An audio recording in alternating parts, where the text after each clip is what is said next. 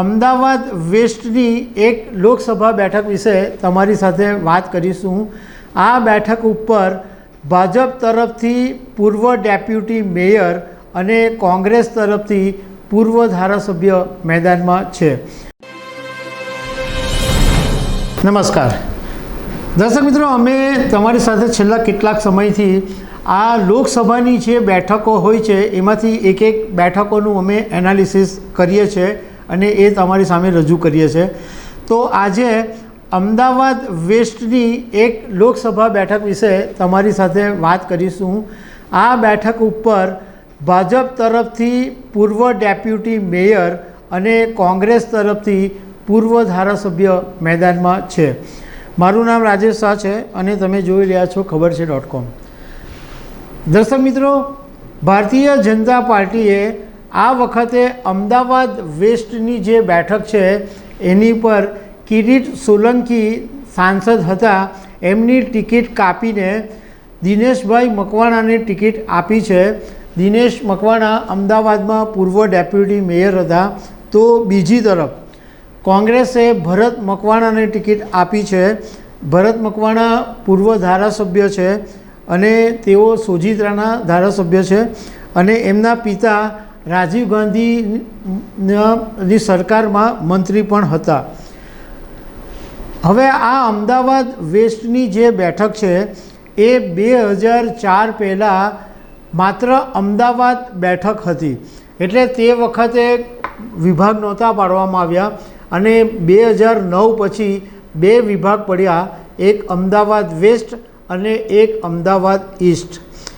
હવે 2004 પહેલાં જે અમદાવાદ અને આ અમદાવાદ વેસ્ટ ઈસ્ટ જે થયું એ પહેલાં ટોટલ ચૂંટણીની વાત કરીએ તો લગભગ 17 ચૂંટણી આ બેઠક ઉપર થઈ, કારણ કે પહેલાં એ બેઠકનું નામ અમદાવાદ બેઠક હતું।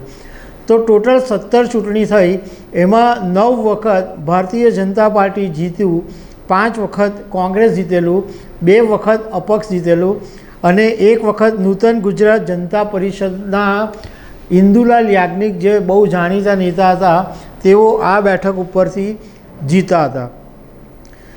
હવે આ બેઠક ઉપર એક ખાસ વાત એ છે કે અત્યાર સુધી જેટલી પણ લોકસભાની ચૂંટણી થઈ એમાં એક પણ વખત કોઈ પણ મહિલાને આ બેઠક ઉપરથી ટિકિટ આપવામાં આવી નથી। હવે ઉમેદવારની થોડીક વાત કરી લઈએ તો દિનેશભાઈ મકવાણા 1999થી ભાજપના કાર્યકર છે અને ભાજપે આ વખતે કિરીટ સોલંકીની ટિકિટ કાપીને એમને ટિકિટ આપી છે। આ અમદાવાદ વેસ્ટની જે બેઠક છે એમાં 7 વિધાનસભા આવે છે। એમાં એક એલિસ બ્રિજ, દરિયાપુર, જમાલપુર ખાડિયા, અમરાઈવાડી, મણિનગર, દાણી લીમડી અને અસારવા। આ 7 બેઠકોમાંથી 5 બેઠકો ભાજપ જીતેલું અને 2 બેઠકો, એક જમાલપુર ખાડિયા અને દાણી લીમડા, આ 2 બેઠકો ઉપર કોંગ્રેસે જીત મેળવી હતી। ટોટલ મતદારની વાત કરીએ તો અહીંયા ઘડી અમદાવાદ વેસ્ટમાં ટોટલ 17.19 લાખ જેટલા મતદારો છે। એમાં મુસ્લિમ વસ્તી સૌથી વધારે છે, મુસ્લિમ વસ્તી 4.69 લાખ છે, રાજપૂત અને એસસી છે એ 3.36 લાખ છે, ઓબીસી 3.11 લાખ છે, વણિકની વસ્તી 1.62 લાખ છે, બ્રાહ્મણ 90,000, ખ્રિસ્તી 60,000 અને અન્ય વસ્તી છે એ 1.64 લાખની છે। ગયા વર્ષે એટલે ગઈ લોકસભાની ચૂંટણીમાં 2019માં આ અમદાવાદ વેસ્ટની બેઠક ઉપર 61% જેટલું મતદાન થયું હતું, પરંતુ આ વખતે ભાજપને એવો ટાર્ગેટ છે કે બધી જ બેઠકો ઉપર 70%થી વધારે મતદાન થવું જોઈએ। તો દર્શક મિત્રો, આવી અનેક વાતો સાથે અમે તમને મળતા રહીશું। Thank you very much.